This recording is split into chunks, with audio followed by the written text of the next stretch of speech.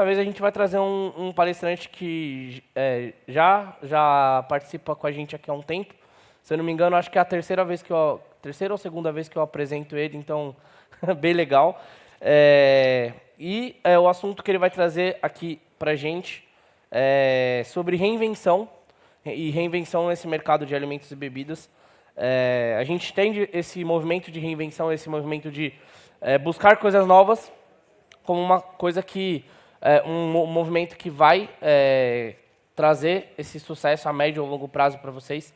Então, entender novidades, entender onde atuar, como atuar hoje em dia com os novos modelos que a gente tem é super importante, ainda mais no mercado de alimentos e bebidas. Então, e para isso ele vai trazer alguns cases aqui para a gente, para ter na prática, para a gente ver na prática como que isso tem sido feito no mercado. Como o Kina comentou, é um palestrante recorrente aqui nos nossos eventos, mas isso faz com que ele seja ainda mais especial. Ele é especialista em transformação digital e conectado ao e-commerce há mais de 15 anos. Por favor, uma salva de palmas. Seja bem-vindo, Nicolas Fernandes, diretor de vendas da Social Digital Commerce. Seja bem-vindo. Tudo bom? Fique à vontade, por favor. Boa apresentação.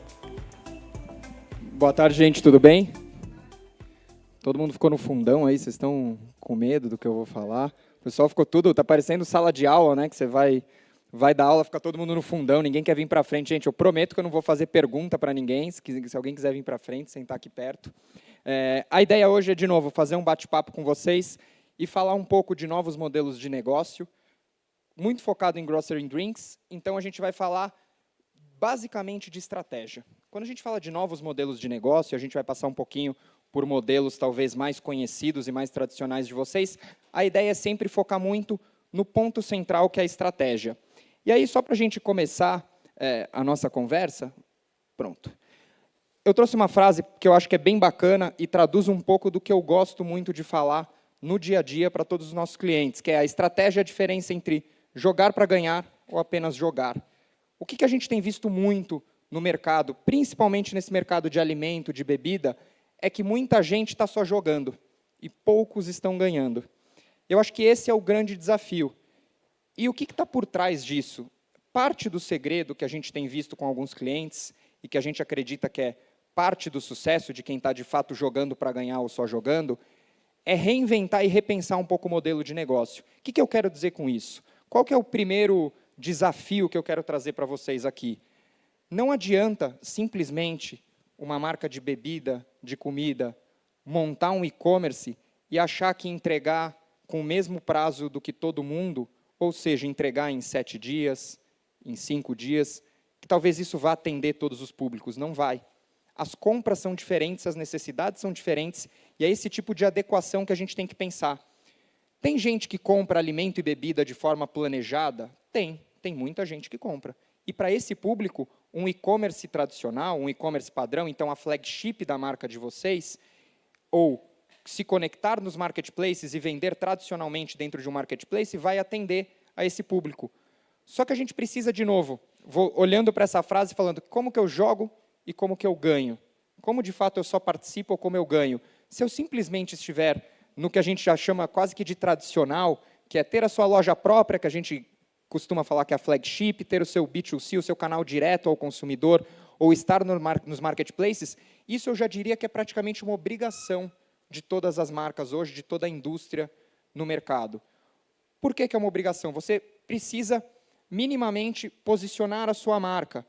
Ter uma loja própria, eu até conversei com algumas pessoas aqui hoje ao longo do evento, algumas grandes indústrias que ainda não têm e-commerce, e, gente, isso existe, tá?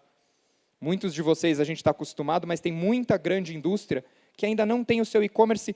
E qual que é o grande desafio? Não só ter o seu e-commerce, mas gerar uma experiência diferente, gerar uma compra diferente.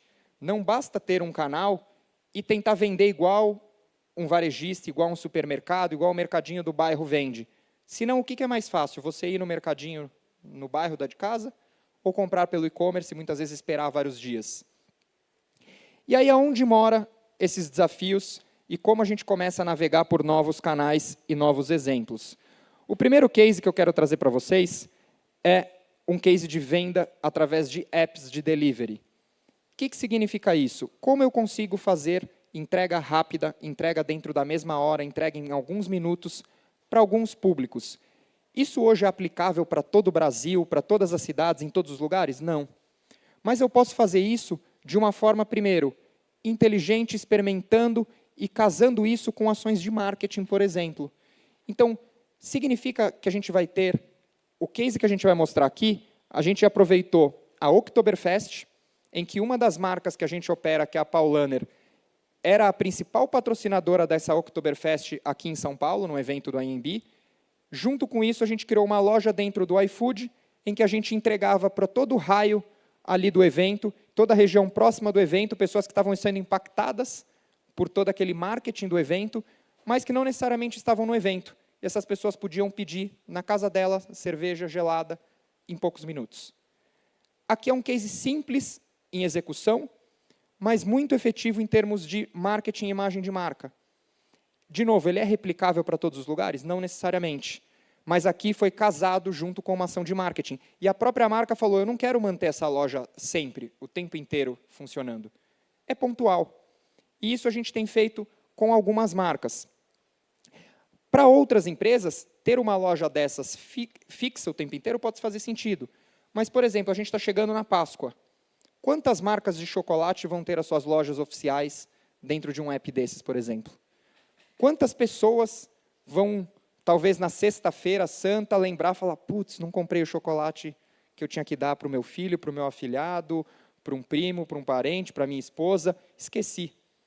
Quantas pessoas não vão ter esse mesmo sentimento no sábado, no domingo de manhã, na hora que acordou, e falei, e agora, não posso chegar sem nada. E vão querer comprar. Então, é uma oportunidade latente. Isso significa que chocolate no iFood vai ficar o ano inteiro vendendo muito? Talvez não. Então, tudo isso passa por estratégia. A gente está sempre revisando e repensando.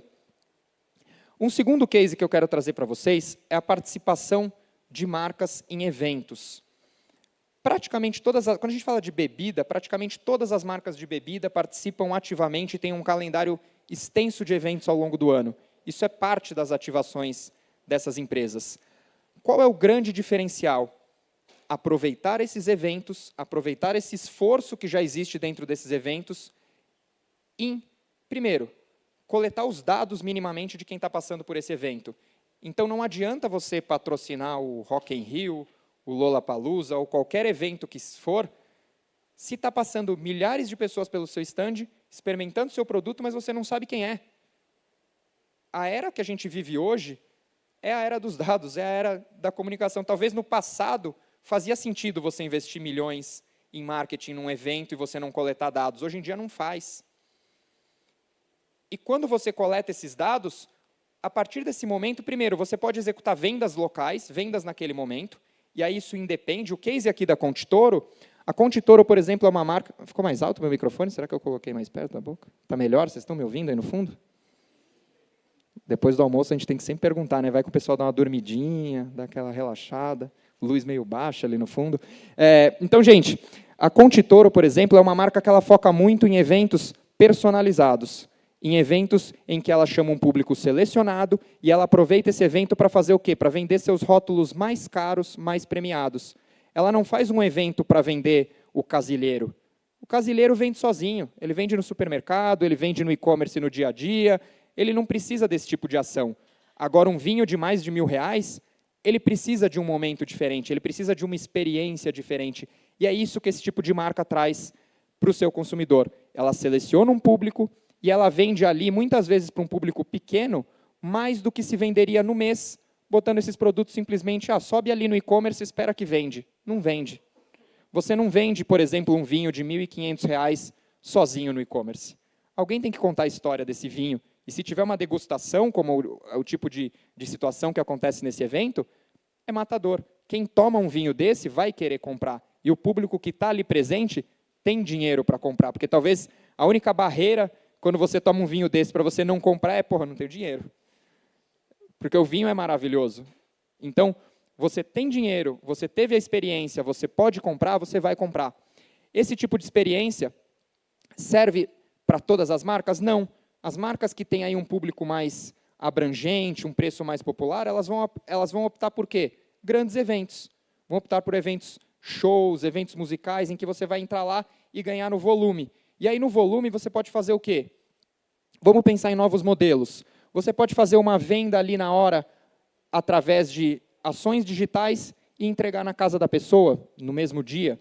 A gente já fez uma operação parecida, em que a pessoa passava no evento, fazia a degustação, fazia a experiência, só que se eu entregasse uma garrafa para ela no meio de um show de música, ela vai passar o show inteiro carregando uma garrafa, ou uma sacola com 2, não faz sentido nenhum.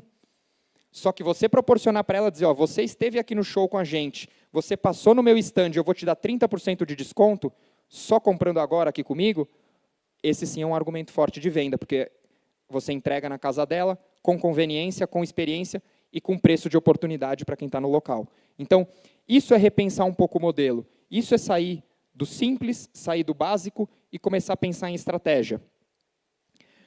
Mais um case aqui para vocês, e aí esse case eu gosto bastante, eu acho que esse tema é um dos temas mais relevantes aqui para a gente falar.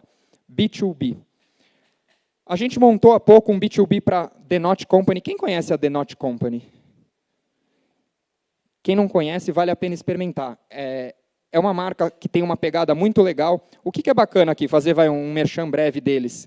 É uma marca que trabalha basicamente com inteligência artificial. Todos os produtos deles são gerados através de uma inteligência artificial. A inteligência artificial gera as receitas, e aí os chefes de cozinha testam na prática, validam a receita e o produto vai para a gôndola. Então, é uma empresa que nasce de tecnologia e vira uma empresa alimentar na sequência. O que é legal desse B2B? E qual que é a graça do B2B? O B2B ele pode ser feito de várias formas. Com a Nautical, a gente desenhou um formato que é atender canais que o distribuidor não atende, que a equipe própria não atende, canais de oportunidade. Por exemplo, pousadas, hotéis, cafeterias.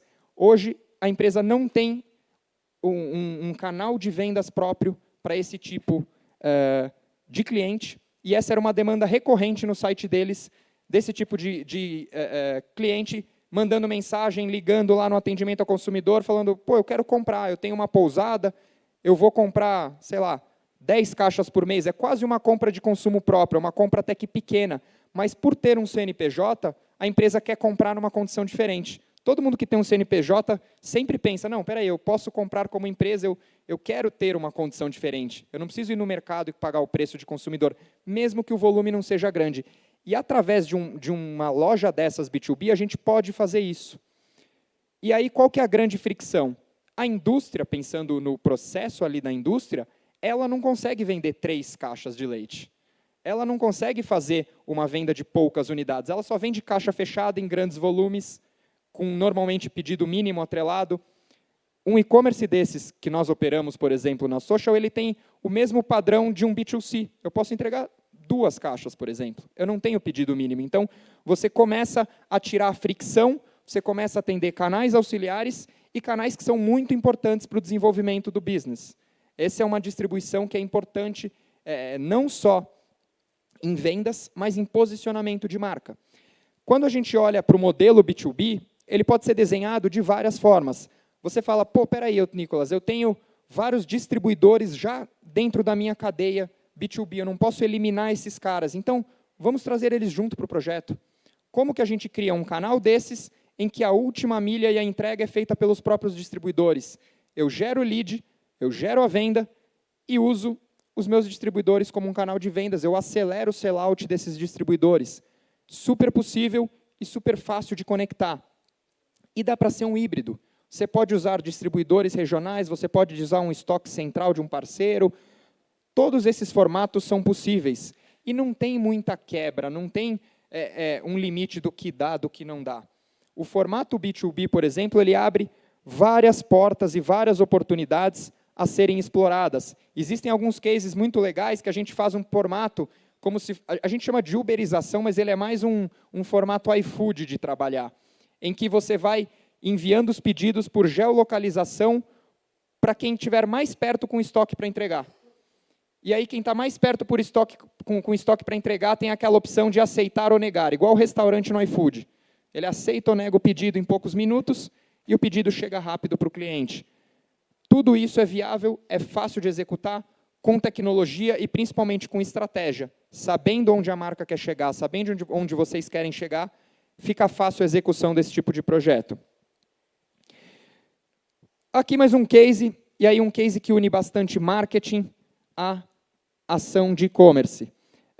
A Ginomoto, que é um outro cliente nosso, eles são um dos patrocinadores do Big Brother. Muitos de vocês devem ter visto aí alguma prova, algum momento ali em que apareceram os produtos.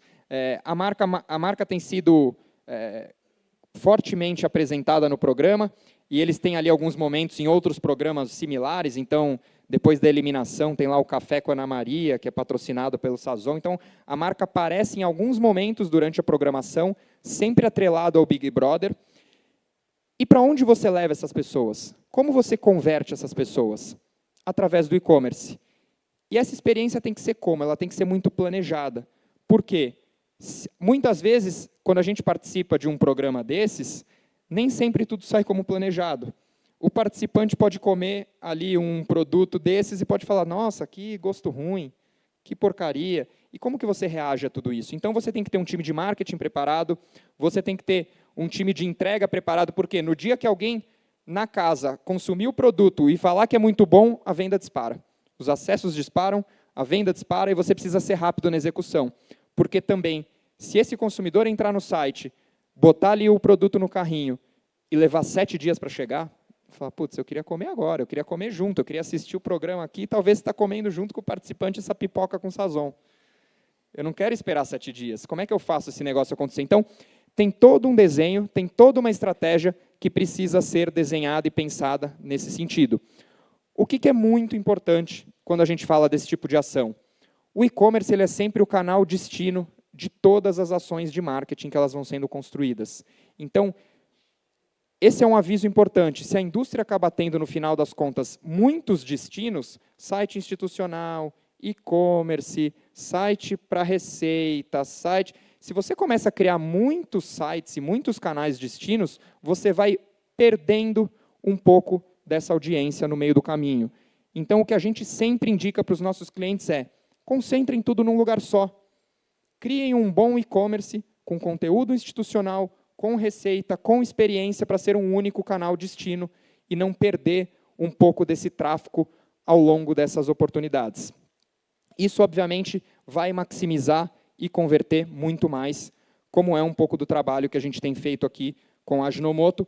E é interessante que algumas empresas e algumas marcas acabam dando aí essa liberdade para a gente também de criar muitas coisas novas, de testar muitas novas oportunidades. Então, a gente tem um calendário gigante com essas marcas, e esses cases eu apresentei aí sempre atrelado a uma marca, mas a gente brinca e usa, por exemplo, Conte Toro eu mostrei como evento, mas a Conte Toro já participou de algumas ações em apps de delivery, a Conte Toro já fez algumas ações de marketing, não obviamente com Big Brother, mas com outras ações que remeteram ao site. Então, a mesma marca ela pode transitar por todas essas opções que a gente está falando, não necessariamente por uma ou outra. Parte da estratégia, de novo, é desenhar esse calendário, é sentar com a equipe, é desenvolver tudo isso e, ao longo das ações do ano, e entendendo qual a melhor situação, sempre junto e nunca abandonando a flagship, o marketplace. Esses são os canais padrões que a gente não pode abandonar. Mas a gente, ao mesmo tempo, não pode ficar só neles. A gente precisa olhar sempre para as outras oportunidades. E aí, gente, eu vou deixar 2 minutinhos finais aqui para alguma pergunta, para alguém fazer algum comentário, se alguém ficou com alguma dúvida. Queria ouvir um pouco vocês. Bom, primeiro palmas para o Nicolas, pessoal.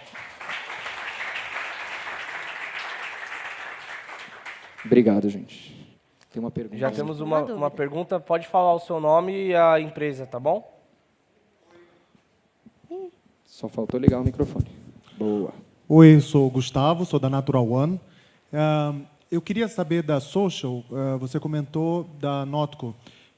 Esse trabalho que vocês fizeram em parceria com os distribuidores deles parece muito fácil falando, mas eu gostaria de entender um pouco mais quanto tempo isso levou e o nível de tecnologia que foi obrigatório para esses distribuidores no Brasil inteiro, porque isso tem existe uma reserva dos distribuidores em achar que é uma competição e não algo a ser feito em conjunto. Obrigado. Boa, ótima pergunta. Na verdade, você pode fazer de algumas formas e isso influencia muito o teu custo, o teu tempo e o quanto você vai desenvolver. Então, qual é a forma mais custosa de se fazer esse business? Integrar todos os distribuidores sistemicamente, ler o estoque de todos os distribuidores. Se você fizer um projeto desse nível, e eu já fiz alguns desses, é um projeto de 6 meses a 1 ano de construção para você ter todo mundo dentro da tua plataforma. O projeto da Nautical, aqui no caso, nós fazemos o papel de distribuidor central.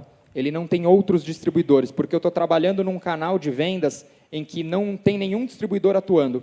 O distribuidor está muito focado em supermercadinho, até em mercados menores, mas ele não entra em hotel, em pousada, em cafeteria. Então, eu cuido de um canal que é como se fosse um oceano azul e não interfere no trabalho desses distribuidores.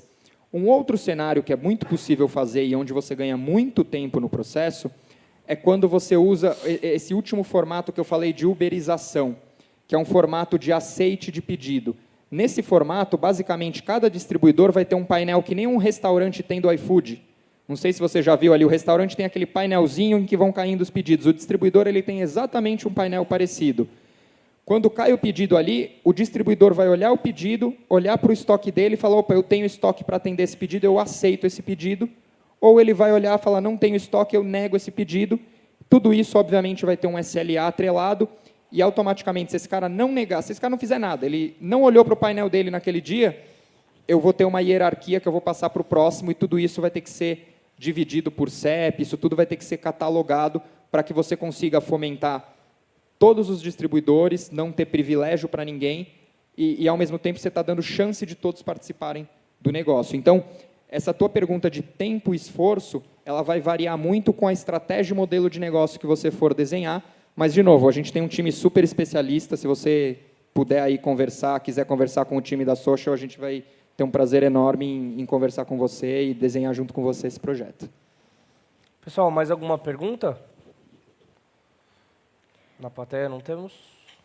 Então, valeu, gente. Obrigado. Então, tem mais uma? Muito Tem mais obrigada. uma? Não, da minha Chega? parte é isso aí. Tem certeza? Eu só faço Posso ir perguntas embora? se ninguém pergunta. Fechado, gente. Obrigado. Até a próxima. Tchau, tchau. Parabéns. Nicolas, a gente tem um presentinho para você. Obrigado pela participação, tá bom?